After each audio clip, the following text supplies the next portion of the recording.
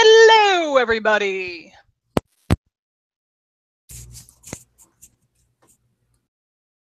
Posted saying that Rebekah's going to screw all of this up. Well, apparently Rebekah did screw that part up because I got it all set up and ready to go. And look, here we are on time. Yay! So this is Beautiful Book Geeks, a show where we talk about books and reading and authors and usually not writing. And with me, as always, is the wonderful and lovely Heidi Angell. Say hi, everybody. And of course, after we broke her so bad last time, she had to come back because no one else would take her. We have Amanda Mabry. Hello, and that was adorable. It's Mabry. Mabry, I'm sorry. You've never said it out loud. Mabry is right. Mabry is not. Okay. That's cute. That's adorable. So Heidi had this good idea. Amanda, I don't know if you saw it or not, but we were going to talk about our Goodreads, my year in books. I give you an end of the year list. Oh, I haven't even checked mine yet. Now let me go look. You should go do that real quick. I'm doing it. You guys can continue. Oh, I looked at mine because, Heidi told me to. And I try to do what Heidi tells me to. And no. I realized something right off the bat. I say this a lot, but I mean, it's still true right now. I am a terrible person. What? Why? Because I only put 12 of the books I read on my list. Oh, you slacker. You're not sharing your reviews. Shame on you. Don't feel bad. It's supposed to. It's supposed to share from my blog. I've put more reviews on my blog than 12. I know that.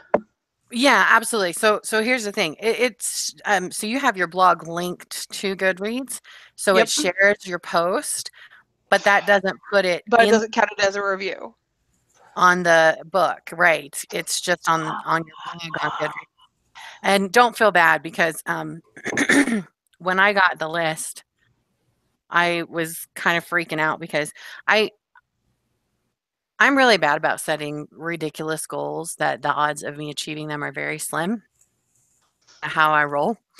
But so I had a goal of 50 books this year, even though I only read 26 last year because, aim big. Woohoo. But got my email. It was last Friday, I think, that I got my email, and I was super excited because I've been reading about a book a week, and so I figured I'd be close to my 50 goals, and it popped up with only 22 books read, and I went, oh, no, that's not possible. So I went to my blog, books that I read, and I had 4 books that I'd read and reviewed. So I was missing 12 reviews that I was supposed to have posted. So that's what I did all weekend, was updating that list for myself. And I ended up with actually 38 books on there. And I'm sorry. Go ahead. I promise that I'm going to go through mine and update all of the reviews. I will put all of my reviews on Goodreads now. Because I probably, the majority of the books I read anymore are the arcs. But most of them are published now, so I can go ahead and review them. Right, and that was one of the things that I realized when I went back through and looked at my book reviews on my blog and what was missing on my thing. Well, about 7 of them were since I started working for Our Right Side, so it's all Amanda's fault. We do like to blame Amanda. But yeah, I saw that, Rebekah. So easy. Not too long. Oh God, I was laughing so hard. I heard something in my back pop again. Oh no! Or is it but a bunch of them were also. Oh, no. But yeah, a bunch of the ones that I was missing were also ARC reads. And so when I reviewed them, they weren't up on Goodreads yet. But I did post them on Amazon. I was really impressed that I'd done that much at least. So I had to go and update my whole list.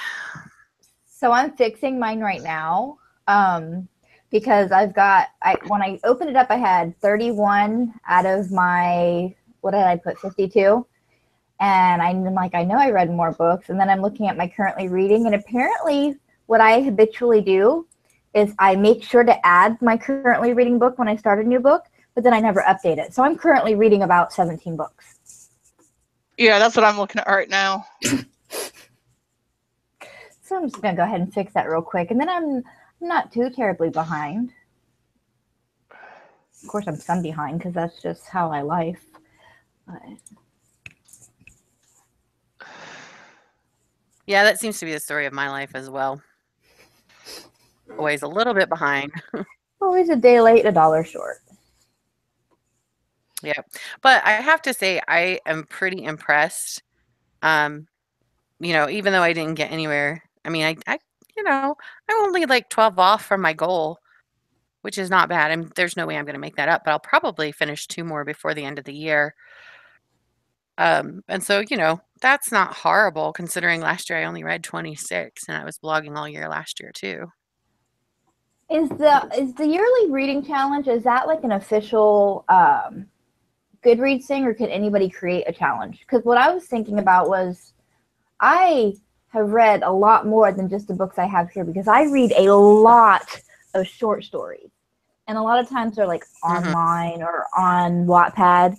There should be a like short story challenge. I would smash that one. Yeah, so the official year challenge is done by Goodreads, but I know a bunch of groups, different challenges that are part of. Seen one for short stories and things like that though. But that would be something that would be fun to set up on OWS Inc. Yeah. Their new readers blog. Track that. Ooh, Linksy. That's how you could track that, because Joe Michaels did. I did one with her blog 2 years ago, and you just copy the link to. I mean, you have to have where you wrote the review about it and put a link to the story on your blog or whatever. But I would just link it to her Linksy, and she had this really cool list that was created from it, and it shows all of the reviews that everybody did. So that would be an easy way to track it, I would think. Yeah, and we could promote it. I don't know. I'll talk with Kat about that. Yeah, promote it through the Lit Journal, because that Lit Journal is majority short stories. So that's like, here's your bonus to get you started on the challenge. Yeah, that would be fun. And I think that would totally work. Yeah, and short stories are really gaining momentum, because I know for a long time they weren't really popular. Anthologies weren't really, and over the last few years, Except in romance and porn. I mean, erotica. I don't know. I had a couple short story collections that I like.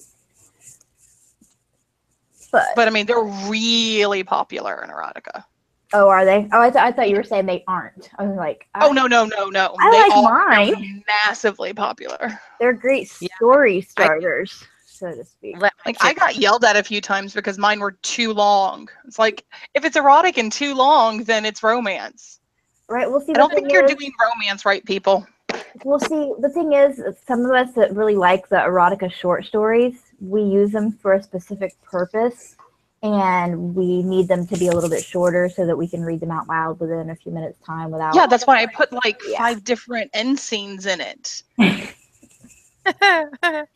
it like there's at least 100 climaxes in my books. Choose your own adventure.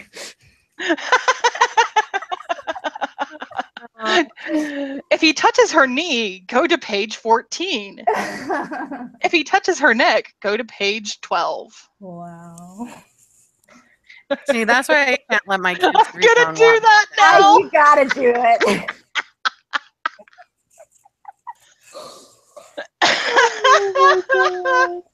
we absolutely throw out the fact that we are definitely not family friendly. Yeah. I want to say, Rebekah, to help you, I want to say that I found a website that was like a choose your own adventure book generator, and it helps you. Because I tried to do one time. Oh my God, it got too complicated. But the generator is supposed to help you with the format of it.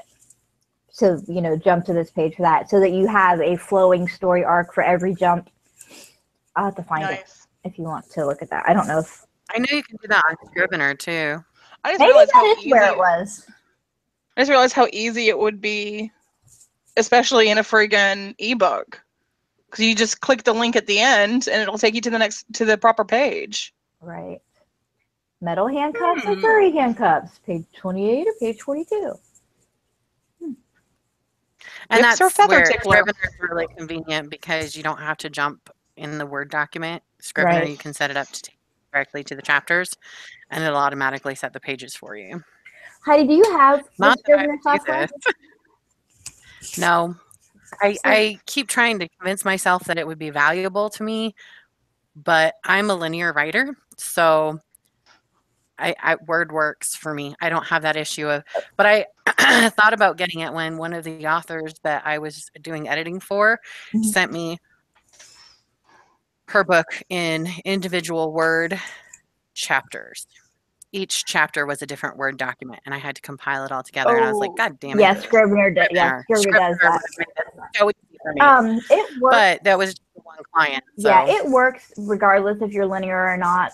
I am not, but and it also works. You can do all the different kind of writing projects. You can only use it for outlining or storyboarding. But the main thing, reason I was asking you, is I need to learn how to do it. But you know that Scrivener does the formatting when you put in which distributor.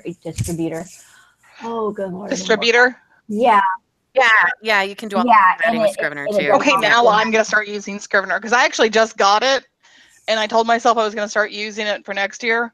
A friend of mine was very sweet and had a spare copy, so he gave it to me. My one advice with it, though, is it is much better to start a fresh project in Scrivener than throwing in one that you're already working on and then making it work in there. Because that was what frustrated me the first time I tried to put Soul Purge in there, and it was already like half done. And I think Scrivener is just really much better if you start from scratch and you're building up all the sections as you go. That'd work for me. That was kind of my plan anyway. I was like, okay, I'm gonna finish Clay and Blood, and then the next one will go in there. Yeah. So yes. Yeah, and it's one of those things that I totally see the value. Affiliate code? Sorry, no, what? I don't. I was gonna say I have an affiliate code, but I don't think I do.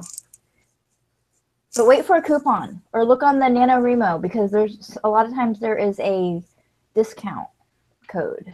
So there's probably going to be a sale coming up for the new year too. Yeah, it's worth it. Anybody that's thinking about Scrivener, it really is worth it.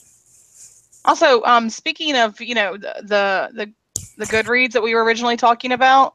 Oh yeah. And being a perv, does anyone else notice that at the very top you've got a shortest and longest list? Yes. Yeah. Yep. Yeah. I loved that. That was very entertaining. JD Estrada is going to be quite happy to know that his was the longest I had this year.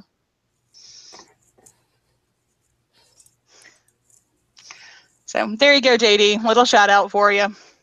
00 banana. I love 00 banana so much. I love it so much. Did you ever see the one I did for him? Me and my daughter. Yes. No, I didn't. Yeah, me and my daughter did Heidi, you need to look it up. We came out of different doorways in my office, and we both had a banana, and we killed each other. We went all slow-mo and everything. Yeah, but like we actually acted out slow-mo because I didn't know how to slow-mo video. They slow died. And I didn't even have to hashtag it because I already had 00 banana on my wall. I don't remember why, but it's been there for like 4 months underneath. Yeah, underneath or over top of the BTB hashtag. It's in the picture. I had to actually crop it out, and I was like, I should totally leave this in here. The picture for our group photo. Yeah. Oh Lord. I still have the B2B hashtag on my wall too because it stained the Yeah, I saw. dry erase. Oh no, it stained it? I think I left it on Oh. too long because you figure April and then I tried to wash it off in like October. So yeah. Yeah. You know, sunlight will do that too. Yeah, I might need to have him repaint it again. Oh, the paint on kind? Yeah, my husband, Yeah, this even the the wall. cleaners won't work then. Yeah, the wall directly behind my desk. My husband turned the whole wall into a dry erase board so that I could map out my so I can map out my arcs for my Chthonian Guardian trilogy, and I haven't even mapped them out yet. I should have muted myself. See, I am a bad human being. My husband did that for me at the beginning of this year, and I still have not utilized it for what he meant it for. I just write hashtags on it. It's for pictures, dear. It works just fine. Yeah. Yeah. No, you want to talk about being a horrible human being. My husband got me this like gargantuan friggin' professional grade mic setup thing. Oh wow. It's in a box in my bedroom.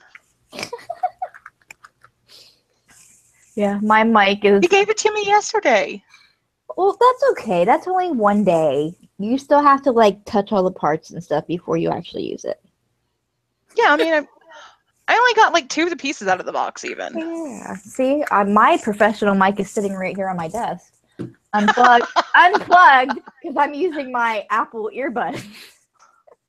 Well, I wasn't sure. It was like this whole thing. I mean, there's like 8 pieces that have to fit together. It's got, you know, the foam cap thingy and the pop thingy, and I don't know what these Oh, things I love the are. pop things. They're awesome. And then Yeah. and then it's supposed to plug in. I was like, wait, because then how am I going to hear it? Because I don't have speakers. So I'd still You have to can wear plug my in, headset. your headphones into them. Yeah. And that's what I do. I when I use my mic on my laptop, I plug it in, and then I use my Bluetooth headphones, and I can hear myself. That makes sense. Yeah, I actually just requested. I am a part of this company called Thomason. I don't know if that's how you actually say it, but that's how I say it. But it's a product review company, and I just put in a request for a professional lapel mic set. I wanted to try that. So I don't know if I'll get. Now you're gonna have to put on a lapel.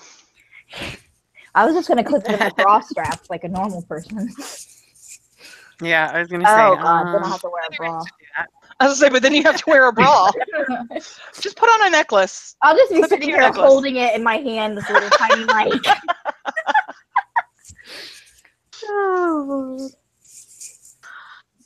But I'm loving all the free stuff. I've been reviewing. I did a lunchbox, and I've got some Tupperware, and I'm really dreading. I've got this like stupid ab roller thing. It's like it looks like a little tricycle bike wheel, and I'm supposed to get on my Yep, knees. I've One of used those. before. Oh my God! Don't fall and hit your face. Well, see, that's what I'm Don't go worried too about. far out. That's what I'm worried Don't about. go too far out. Don't go too far out when you're starting with it.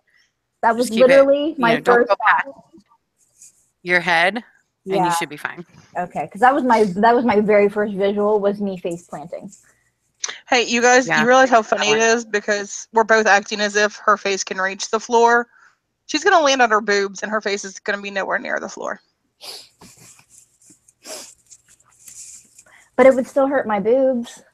It would really, really hurt your boobs. You want to know how I know? You did it? Oh yeah, I did it. Yeah. That seems about right. Oh my goodness, it hurts so bad. And of course, I was wearing an underwire. Ooh, did you stab your heart?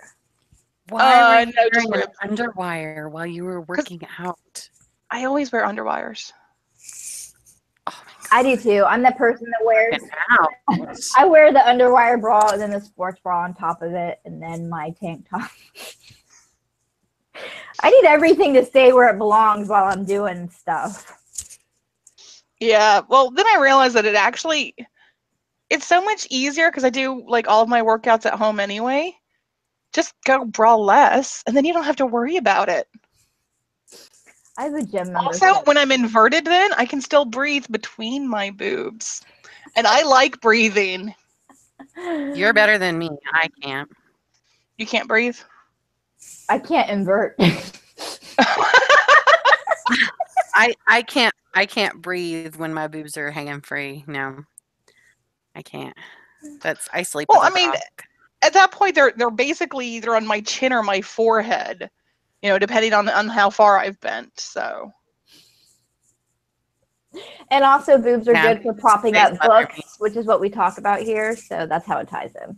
Oh yeah, books. Yeah. Speaking of, so what was your favorite book looking back on your list? And this is horrible of me to do this because I am bad at picking just one. Angel Dance. But oh, thank you. For me, it was actually this year I discovered the Necronomicon, and I think that was my literary highlight of the year. This year? Seriously? I literally just discovered the Necronomicon and Neil Gaiman this year. Sweetheart, do you realize? I mean, I lived Yes. in Richmond, Kentucky. We had one school, and we still had that in the library. I never heard of it before. I mean, I've heard of Lovecraft. It's in the movie, friggin' Evil Dead. I've never seen that movie. You haven't seen, oh, I can't talk to you anymore, man. Oh my God. Are you You serious? just broke my soul. I mean, not because I don't want to. I've never seen it. I'll put it on my list. Okay, it's on Netflix. You need to watch all 4 of them. Oh, is it? Oh, then yeah. Yeah, in order. Okay. Yes, they're hysterically awesome. Oh my goodness. Just realized you are going to laugh yourself sick. I will do that this Christmas break. Oh my God. Okay, so Good Ash, bad Ash. I'm the Ash with the gun. I need you guys to continue without me for a moment because I have to pee. Okay, have fun. Don't forget to mute yourself. Yeah, I'll be back. I'm gonna go ahead and mute her just in case. Well, I have to say, as hard as it's been to pick, actually my 2 favorite books this year, because I can't pick one, I'm going to do 2, are nonfiction, ironically. But the first one is Scrum, The Art of Doing Twice the Work in Half the Time. And then the second book is Mastering AMS Ads by Brian Meeks. Oh, well, if you get to pick 2, I want to pick 2. Okay, you can pick a second one. I'm so bad at names. It's Anita's. My brain just blanked out. See, this is why I never do these things. Was it her horror haikus or? No, it was her Captain Wrath book. What? I've gone through too many iterations of it. Is that's the one that just came out, right? The monsters or? No, she just posted about it. Hold on, give me 1 second. I'm pulling it up right now. Ghost of the Sea Moon. Yeah, that's on my list of ones to buy. Oh, you need to buy it. Oh, you need to buy it. It makes Olympus look like the friggin' Brady Bunch. Mm-hmm. And only a few of the gods are involved, and it's amazeballs. I mean, obviously everyone knows that I love Joshua Robertson's books, right? Yeah. But Angel Dance and the Sea Moon one, just they've stuck in my head this year. Because while they both deal with a lot of pain and grief and everything, everyone actually comes through good at the end instead of, dead and dying and cursed. Yeah. Unlike Joshua Robertson's books, right? No, actually, it turned out okay at the end. Are there any Alice in Wonderland fans? Yeah, I mean, tomorrow I'll have a different favorite books. Let's face it. How goes? My favorite books always depend on my mood. Like right now, I want something a little more, epic but upbeat. Epic but upbeat.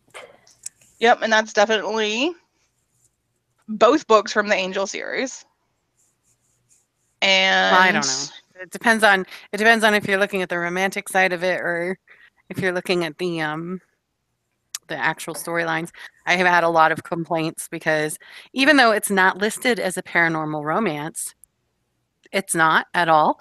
But apparently somehow it got into those circles and everybody's pissed off because there's no HEA. And I'm like, I'm sorry, they catch the bad guy every time. That is a happily ever after, in my opinion. But they're looking at the romance side of it. And so I don't it's like that's when you like- just respond back saying, "Yeah, this isn't a romance. I don't know why you expected that." like, you know, the paranormal thriller. you have ever gone in the bookstore and there are books that literally have the sticker or the label on the front that say like guaranteed HA happily ever HEA. I had to actually say it out loud. No. When I worked in Barnes and Nobles, there are some books that actually on the front or in the blurb will say that it is a happily ever after, and I just automatically don't want that book. Yeah, they do it on Amazon too. It's really popular in the romance genre. Apparently. And Like there's a whole subcategory that only reads happily ever afters. Right. Well, And I I'm guess not it's- against them, but I just don't want to know. Like, is that happily Right. Don't tell me how the But story. I mean, it's not a romance novel unless it has a happily ever after or a happily for now at least. I mean, is that what the issue is? There's no happily for now. They didn't want that. Because if it doesn't have one of those, it's not a romance. Seems like a I don't know. I've read some romances but those were from the 90s. I had an interesting discussion in the 20 bucks to 50K about somebody said that Nicholas Sparks wasn't a romance writer, and I was like, hello, he's like the most famous male romance writer ever. That was like his big thing that everybody lauded back in the 90s, and they're like, yeah, he was in the 90s, but he's not now. And I'm like, yeah, because now if you don't have a happily ever after or a happily for now, change. it's not a Because romance. you're reading interests change. and that. But it is. Because It's still erotica, romance. it's because erotica became so big. That's what she said. It's so big in erotica. But yeah, it's weird how over time expectations for a genre change, and it's funny how like now like there was a discussion I was in and one of the I'm in this bookaholic group, and I try to just be there as a reader, but sometimes my author comes through, especially when a reader makes like the whole thing was about cussing in books. And she was saying she didn't like cussing in books and that it made authors look uneducated and uncreative. And I was like, fuck you very much. You know, you can be creative, use cuss words, and you can be If you think that cursing isn't creative, you're doing it wrong. Right. And she's like, well, it's just a new fad. And I'm like, no, it's not a new fad. If you go read Shakespeare, we may not cuss like that today, but then that was Shakespeare cussing. was porn in the day. Yeah. You know, it's okay to say, I don't like cussing in books, so I'm not going to read it. But it's a whole different thing when you're saying, I don't like cussing in books because I think it makes authors sound unintelligent and uncreative. Well, I mean, that's something that people have been saying for, I don't know, hundreds of years. You know, if you have no vocabulary, then that's when you substitute curse words. Right. Like, how do you think we got curse words? Because people with vocabularies made up new words. Right. There is not a word in existence that can really explain how I feel right now. So we're going to use this one. Yep. Fuck. Shakespeare contributed tons of words to the English language, and most of them were considered curse words. Yep. Because that's how he used them. And I laugh. Yep. I'm in Salt Lake City, which is, for those who don't know, kind of like Mormon Mecca. 60% of our population identifies as Mormon. And so there's like all the writing groups are LDS based or largely populated with LDS people.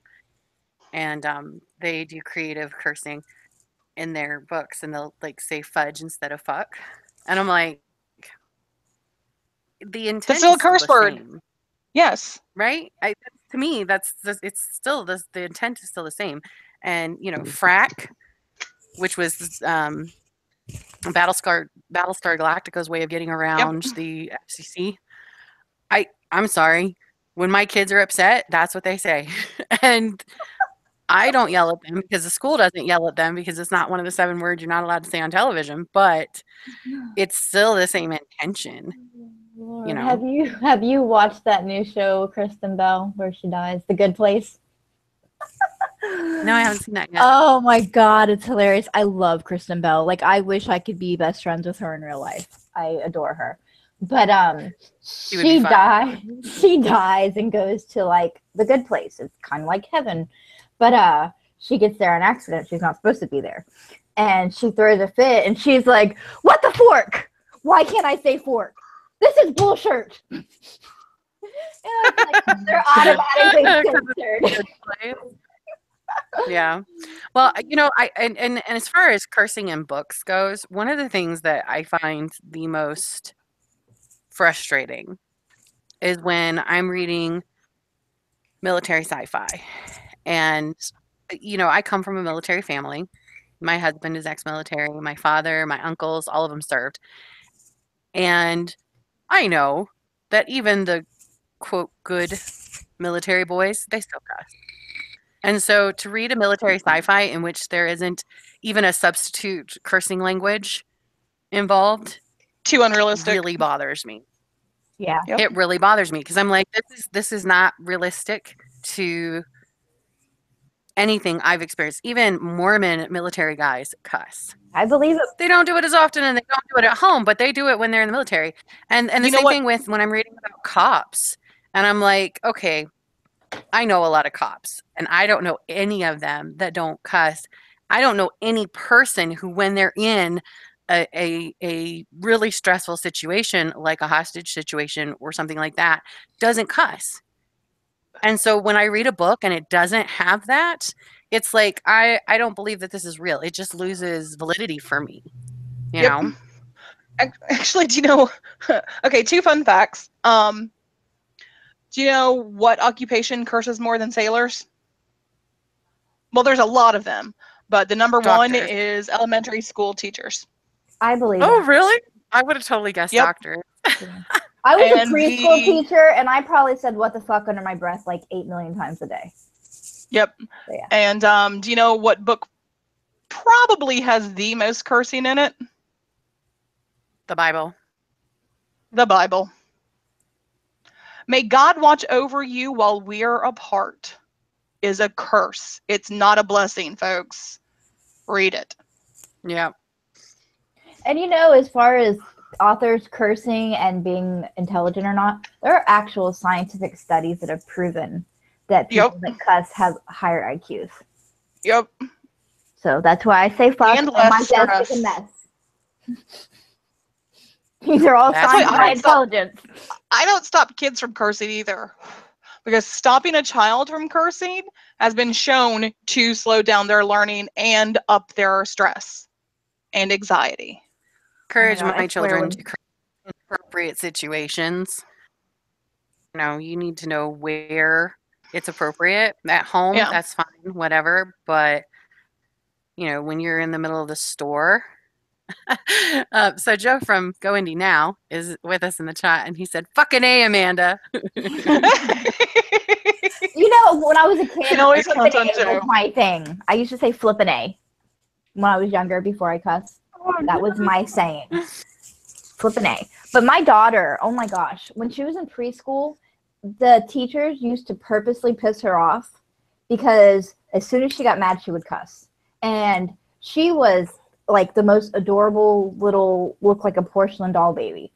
And just to see her cussing, it was hilarious. Just amuse her. Yeah, but I mean, you must be right because she's got a higher than average IQ now. Also, I'm sorry, but you know, one of the most adorable things in the world is a baby cursing.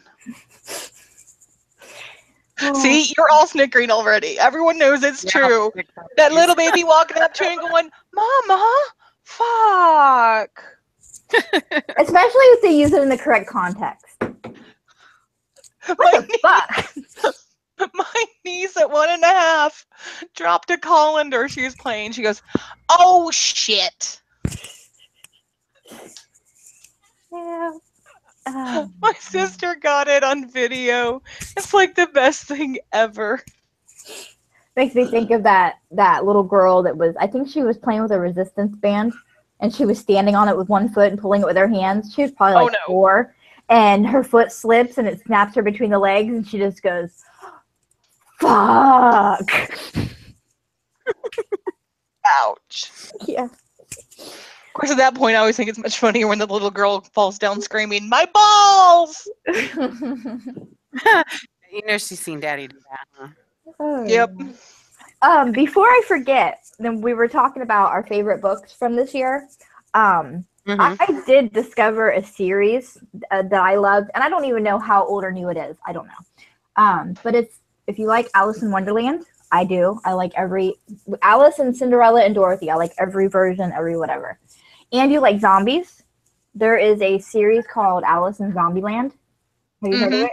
Yes. I love it. I love it. So that was I haven't probably gotten around to reading it yet. Yes. Pride and Prejudice and Zombies is, however, the best. Oh my gosh, the movie! I could not believe how absolutely perfect the movie was. As far as like, I haven't seen the movie. It was great. Like I really didn't read the book, but I've read Pride and Prejudice, and I've seen Pride and Prejudice, and then I watched Pride and Prejudice and Zombies movie, and it worked. Like it was literally the entire story with zombies plugged in a way that worked. And it was fantastic. And the book does I loved it. The author has, he has an entire series like that, and it's they all stay true to their story. Yeah, I have another one downstairs of his. What is it? Oh, what is it? When I say downstairs, that's where my library is, and I can't think of it. Is it Abe Lincoln Vampire Hunter? No, I've already read that one and gave it away. Oh, I loved that one. I did. I liked it. But historical accuracy was impressive. Right, and the movie was good too. For the parts that were historically accurate, obviously he wasn't a vampire slayer, but the way that they tied everything together. Yeah, you can't say that for sure, Heidi. Right. I feel like the one I have downstairs has something to do with sea creatures. I don't know that something one. And fuck. Now I'm gonna have to go look because it's gonna bug me. Did you hear my bird? No, did you hear me pouring coffee? Yeah, in the background. Yeah, she said, "What the fuck?" I'm getting a new bird since we're talking about books, and it ties in because his name is Mr. Darcy.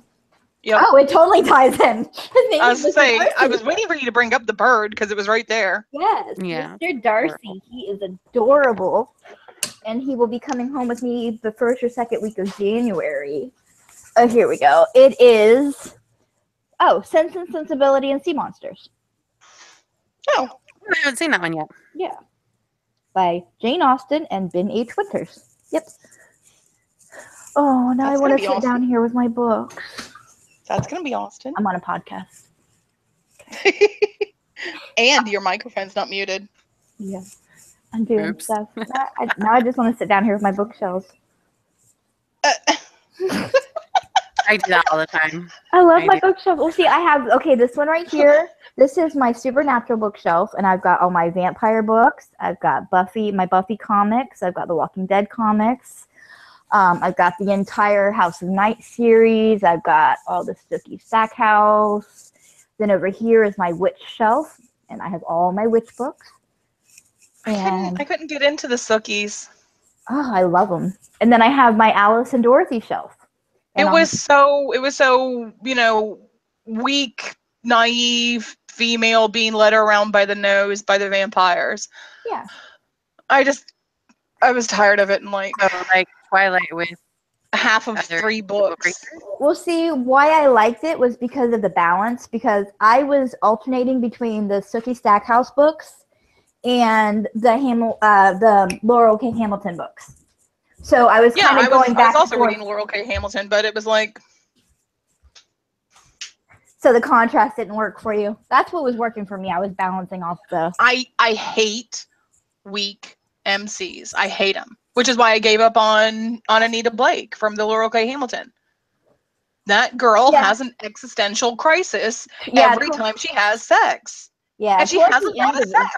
Yeah, the beginning of the series was great. I loved. It was amazing. What, like the first 6 or 7 books, and then it just started to kind of. drag out. Like, I think if she would have made... Yeah, basically, I mean, when Richard turned into a dickhead, and it's like, really? You're so pathetic, you're not going to get rid of your abusive ex-boyfriend? Yeah, I think that is where, as an author, you really need to see where the power is in your story, because I think if she had took the best parts of that series and made, like, a really awesome trilogy or just a smaller series, I think it would have been bigger. Because I think it's more of a niche, you know what I mean? Yeah, but the niche it's in right now is just erotica. Right, and it's more than that. You know, it had a... It's supposed to be. It used to be. And that's now she drug it out too much and did too much, and yeah.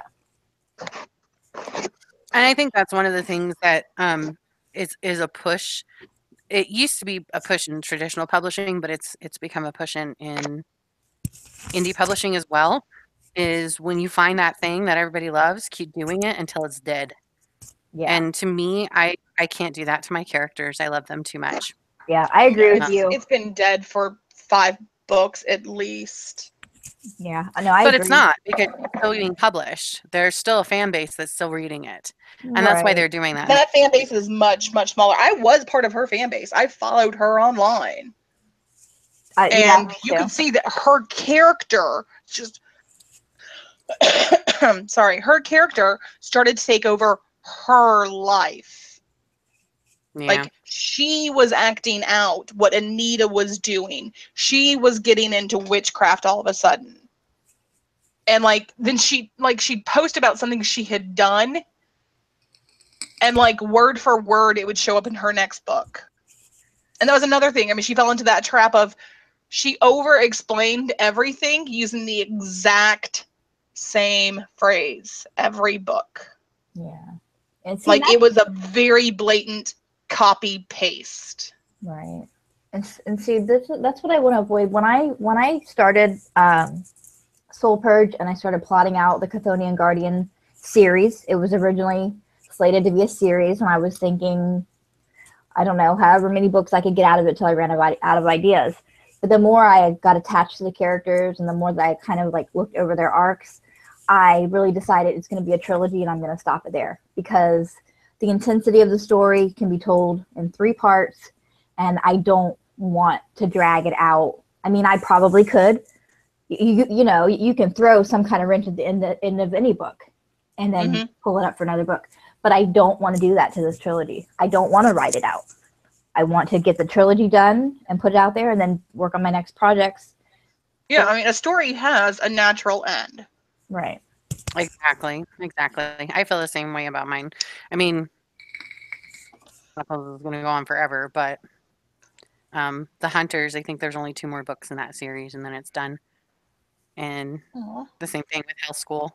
It's a 4-part series. It's not going to be longer. So, and I like series that do that. It's you know, this whole, like, the movement to make more Harry Potter stuff.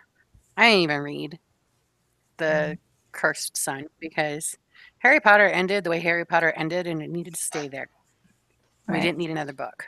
And that's there are a lot of Harry Potter for Harry Potter, right? Sure. I was going to say, that's not to say that there are not some storylines that cannot go out long. I think, okay, so House of Night is one of my favorite series, and I've loved every book from the first to the last. And there are, I want to say, 13 books in that series.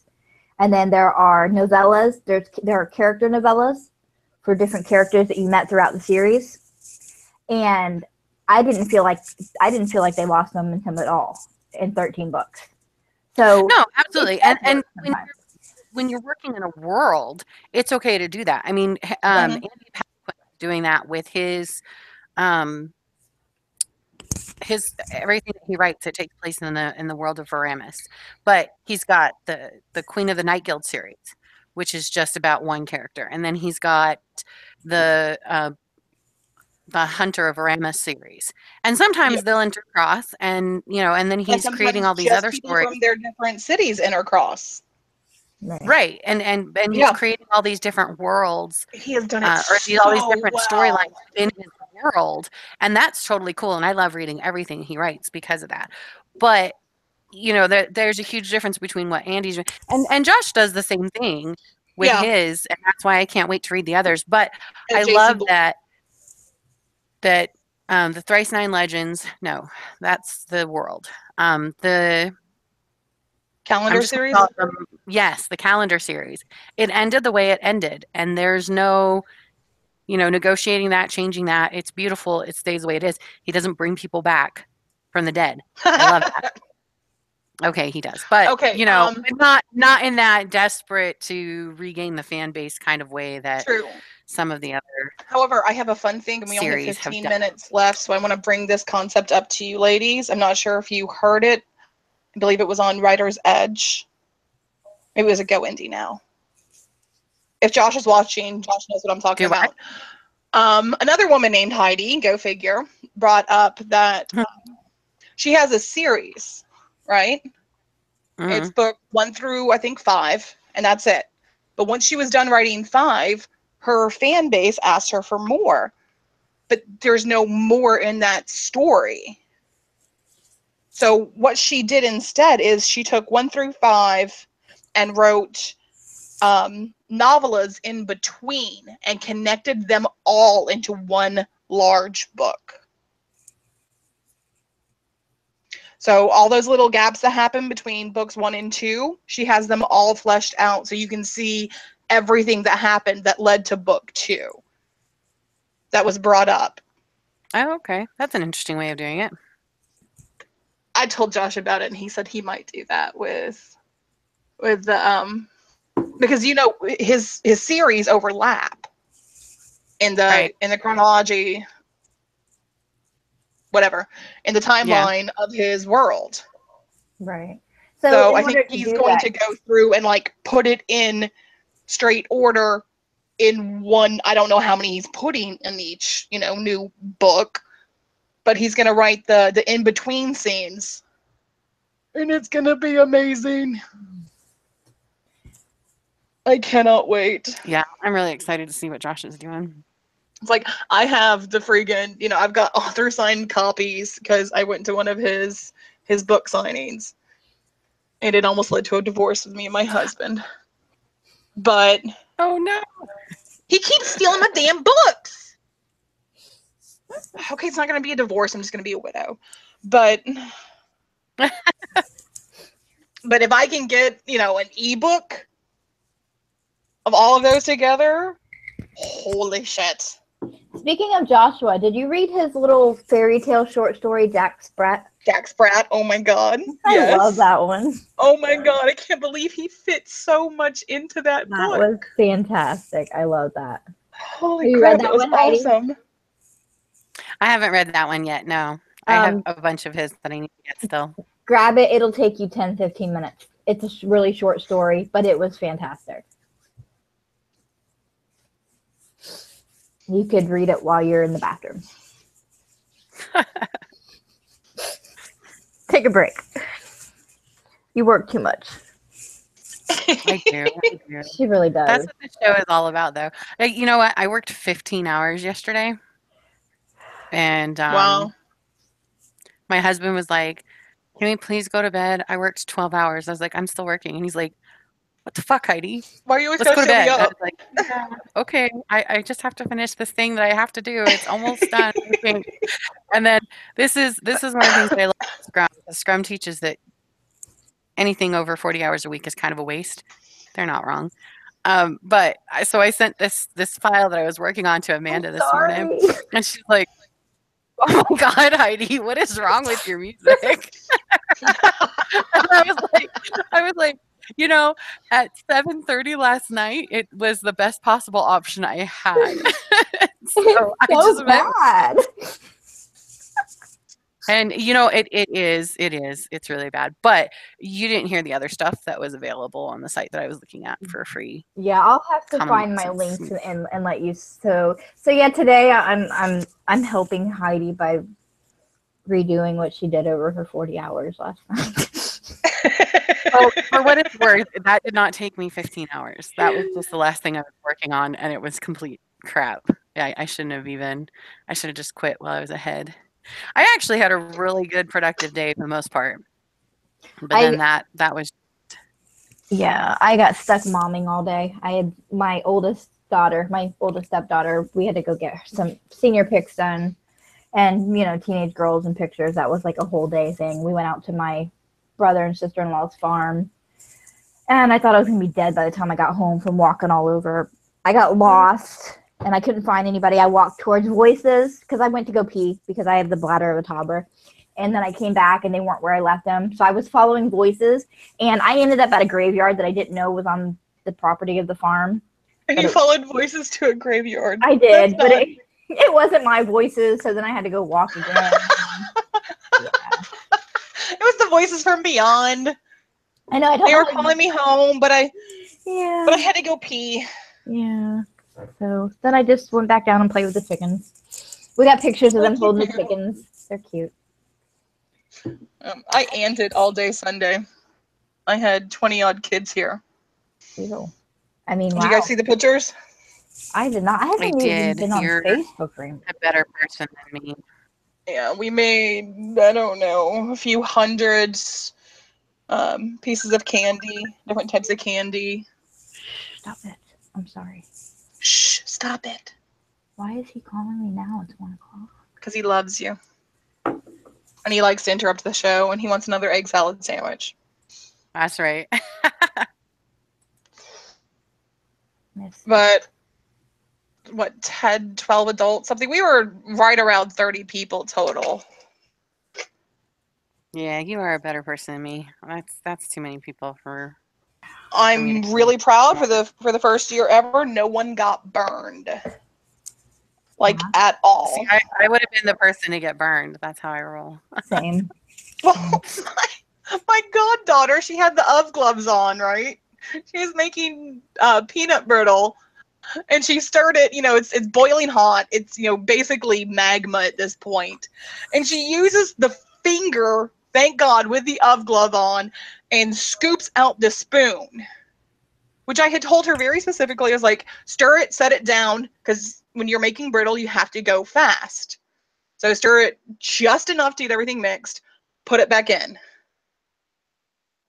She's like, okay, and as soon as I turned my back to put it in the microwave, thankfully her dad saw her, but she used her finger and scooped that molten goo, that's sticky, it's molten sugar, used her finger to scoop it off the spoon and try and wipe it on I don't even know what she was trying to wipe it on. Her dad yelled at her and she jumped, and I turned around and snatched it off her finger before she got burned. I was like, really? Really, child? That's yeah. They don't think past the end of degrees. their life. Yeah, they don't think about that kind of stuff. I don't think about that stuff. So I totally relate to them. Yeah, I was gonna say, at least she has the excuse of being a kid. I 4 things before they started, I gave them the rundown. This is what's going to happen. Do not let this touch your skin. It will peel your skin off. It will just boil up and pull your flesh off. Don't touch it. So before you even get started, tell me if you can or cannot do it. That's why I only let the older teenagers do it. And she's one of my oldest. I did it. Not that specifically, but I had food cooking on the stovetop for Thanksgiving, and I needed something out of the spice cabinet, which is above the stove. And I am the size of an elf, so I have to tiptoe and stretch as much as I can. And without thinking, I'm stretching into the cabinet and leaning forward.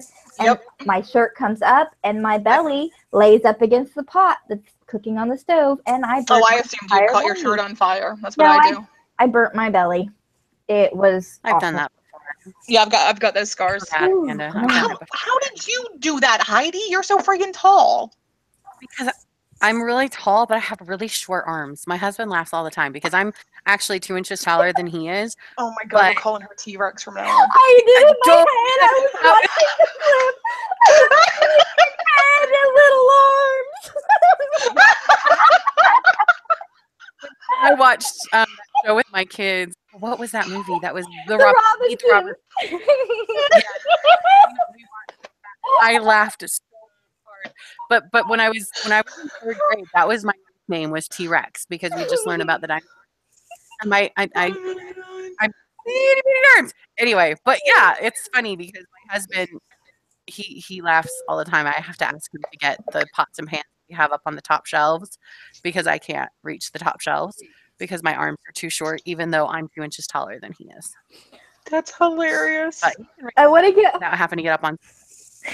Heidi that T-shirt, the one with the T-Rex on it. It's like, I love you this big. Oh, Yeah, I've seen that one too, and I love that one too. Oh. I am horribly Well, disproportionate. yesterday was Be Mean to Amanda Day. Today it's apparently Be Mean to Heidi Day. I don't consider it mean. it's not mean. It's adorable. But yeah, but when I was in 3rd grade, it felt mean.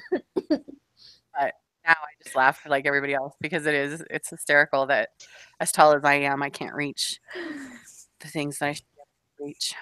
So you don't have a But you know, I remember when I was in middle school, we had to do the touch your toes thing, and I was so frustrated I was just thinking because about I thought there was something wrong with me because I couldn't touch my toes. But most people, your arms and your legs are proportionate to the point where when you fold yourself in half, you can touch your toes. I physically can't do it, even when I'm like super flexible, because my arms are 2 inches too short to touch my toes.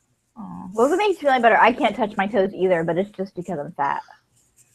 If it makes you feel better, I can almost put my elbows on the floor.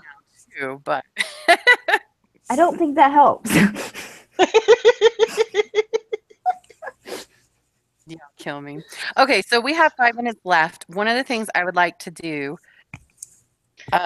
before we wrap up the show is, because I love Goodreads and I can't help myself, but we don't have to do it on Goodreads necessarily, but I want us to commit to how many books we plan on reading next year. And because I'm horrible and throwing this at you guys at the last minute, I'll start. I think I'm going to go ahead. Okay, go ahead. Again.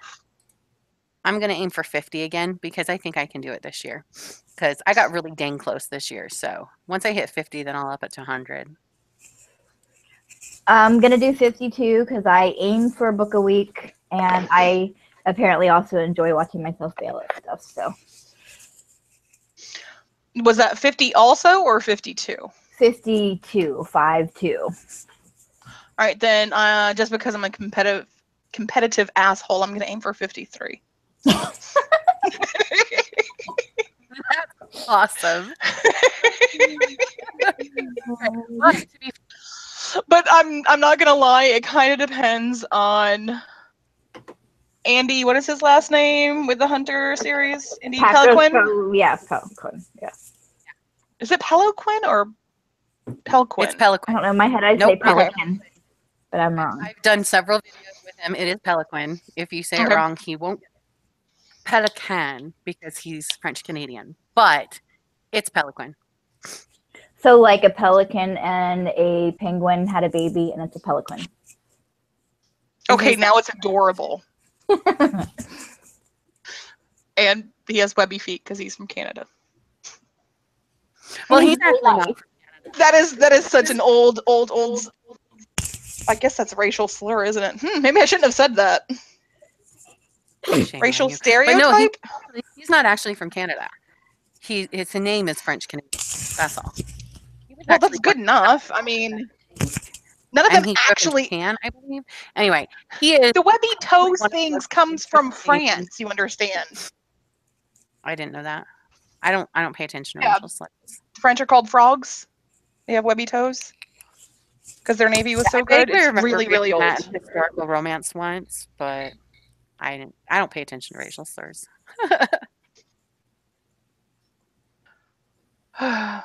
Anywho, how much I read is honestly going to depend on Josh and Joe and Andy, because supposedly they're all putting out new books. Andy is re-releasing, so I told him I was going to wait for his new releases, and get those.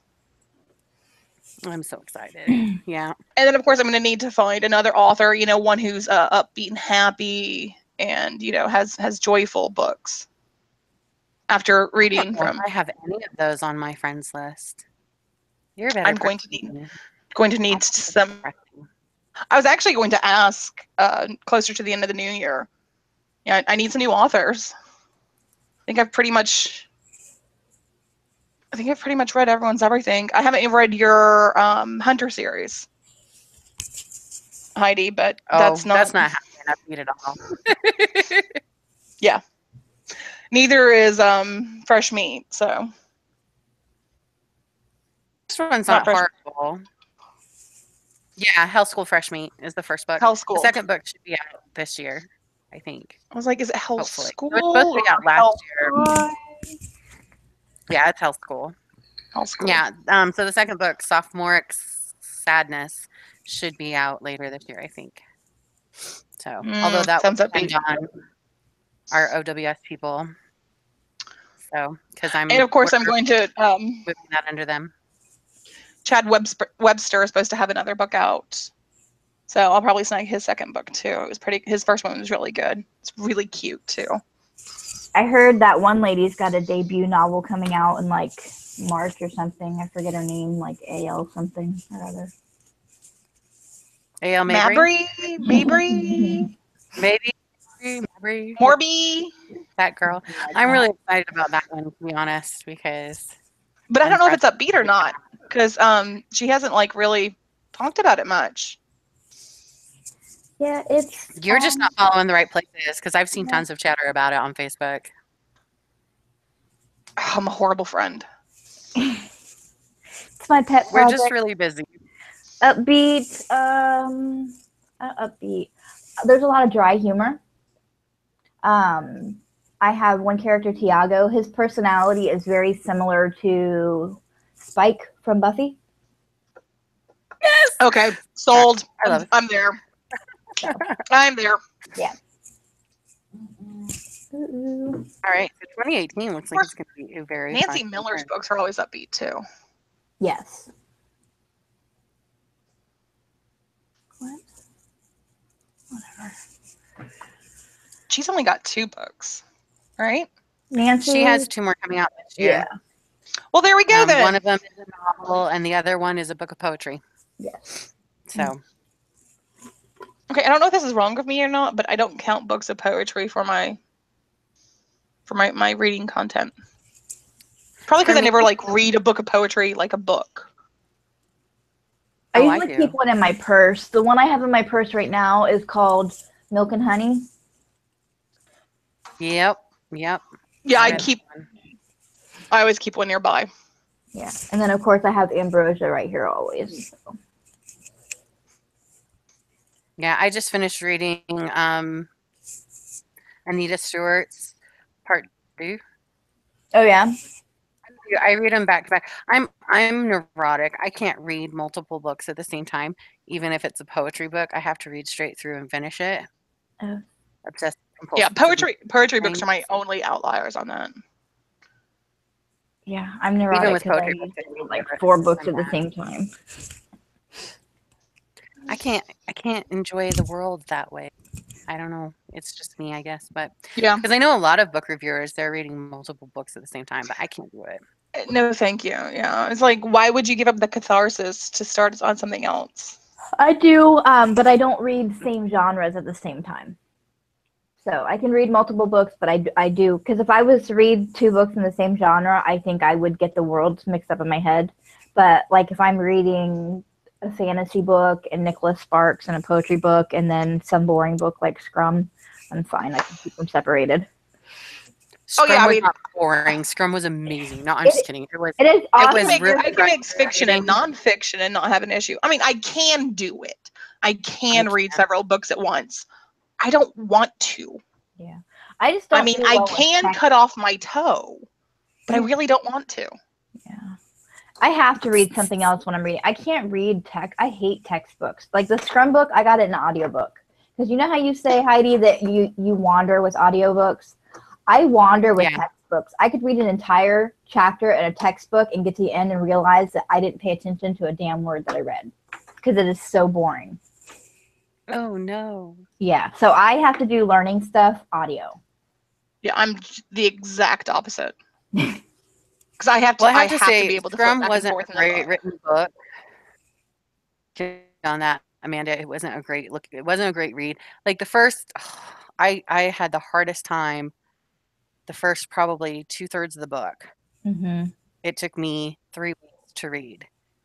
he was basically building the principles. I mean, he was doing a sales technique. Right.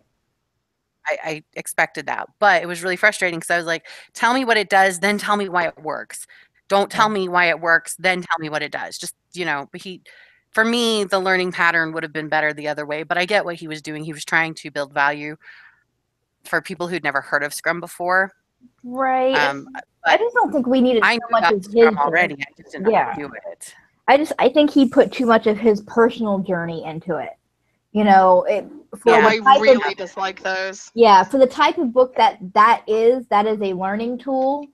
That is not a good place to put your entire personal journey that brought you to creating this tool, because I really don't care. Right. And it was particularly frustrating because I read it in paperback. I mean, if the ebook had the links to all the stuff he was talking about, that might have been, but then I would have gotten lost down the rabbit hole of links. So probably not good either.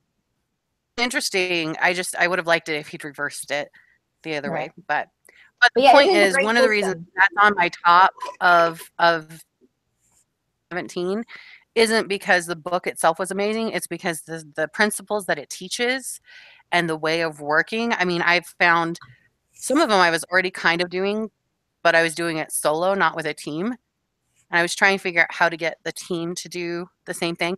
And this just makes it so easy to do that. So Flamethrower. About it. Flamethrower, herding ferrets.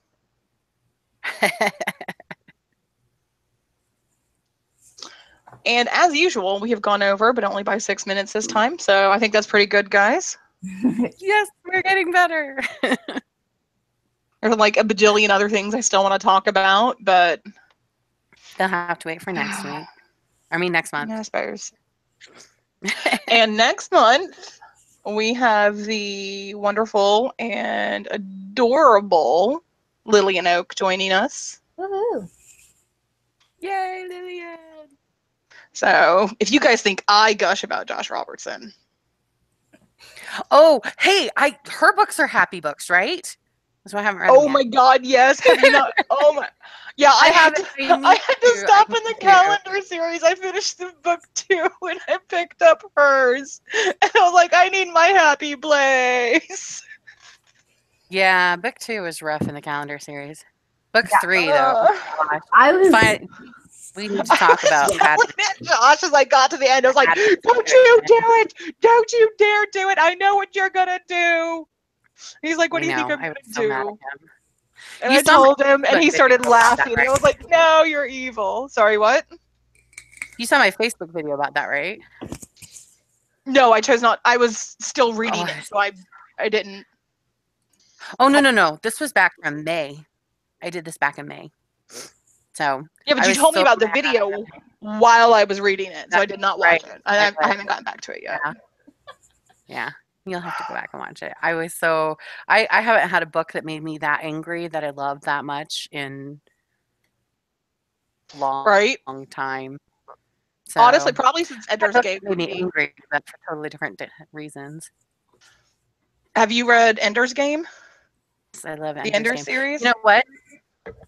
Did you? Yeah, that one made me mad too. But yep, in the exact same way. Kind of, yeah, in very similar way. So yeah, it was amazing, but oh my God, I was so mad. I threw the book across the room, and I don't read books, but I was like, so mad I threw the book across the room. But I had this whole never-ending story moment. It was bad. I was reading with one hand and typing with the other, cursing out Josh on Facebook. Like I didn't even tag him because I just wanted to yell about him. Yeah, he laughs because I always tell him that he always talks about how George R.R. Martin is like his mentor, basically. He that was his thing when he was a kid, and he wanted to be a writer like George R.R. Martin. I was like, dude, yeah, well, George R.R. Martin's nice. He kills them and leaves them dead, Josh. Better. Right? His is so much better. His is so much better than George R.R. Martin. And I know that I'll get a lot of hate for that, but I just had his are so much better than George R.R. Martin. I'm not gonna lie. I mean, the writing style is better too. Yeah, exactly. And it's not, it's kind of like, I mean, and I get why there's a fan base and everything. There's people that love reading Dickens, and that's fine. I'm not one of those people. And so, he's just, yeah, I I love his mostly hate better. Shakespeare. So you just said a horrible thing. I don't know if I can talk to you anymore. I didn't talk to him for like a week. Like And he it was even over. responding. I was like, I'm not responding to you. No. Yeah, no, I totally relate to that. I was pretty mad at him Brandomir has afterwards got to too. get to a happy spot before I even think about talking to you again. Yeah. That anger. And then the dragon showed up.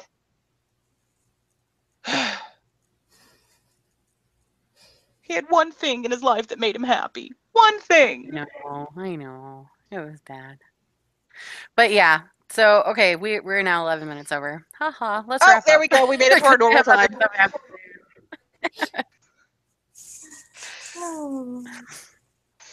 Okay, so Amanda, you want to tell everyone where to find you? Honestly, just go to my website, authoralmabry.com, because there's literally links to everywhere you can find me online there. Yay! Easy peasy. Heidi? Yeah, same thing, except HeidiAngell.com, and that's with 2 L's because I'm not that kind of an angel. And Rebekah. No, I always want to see terrible things when you say that, right? I know, that's why I say it. All right. Well, you can usually find me on Facebook, Rebekah Jonesy, or you can find me, because I'm not as cool as these two ladies. Mine's RebekahJonesy.blogspot.com. Because WordPress Blogspot's confused me. awesome. That's where I started out too, so don't feel bad about it at all. Same. So much easier. It's so much easier. And I'm learning all kinds of, new things, hanging out with you two friggin' geniuses. And Oh, okay. Books. So, you're right. good. You're all good. And So it's that's because it of you for. that I'm doing podcasting, so that's awesome. So That's true. And once this is over, because we are on my channel now, I can actually. Once we're done with this, I'm going to pull the RSS feed and load it up as an actual podcast. Woohoo. Which will be awesome. Yep. So soon you'll be able to find us all over. The end. But I cannot rip the first 3. I cannot get those 3 no. feeds open. I mean, maybe you can get them and send them to me, but I can't do it from your channel myself. Okay, That would be I'll a look at that copyright. and see what I can do for that, because all of the season. Our first wonderful season. Yay. Speaking of, when do we end our I guess this is the season end, isn't it? If we're going to do it, are we going to do a fiscal year? Season finale. Bump, bump, bump. Do you want to do it fiscal or annual? We need a cliffhanger. Dun, dun, dun. Find out next show if it's the new season. Okay. Goodbye, everybody. Heidi, you want to give your outro? Bye, everybody. Amanda, honey, this is where you say bye-bye. Oh, sorry. Until next time, scribe happy and stay sassy. And remember, to all you wonderful authors out there, keep writing. And to all you wonderful readers, keep reading. And goodbye.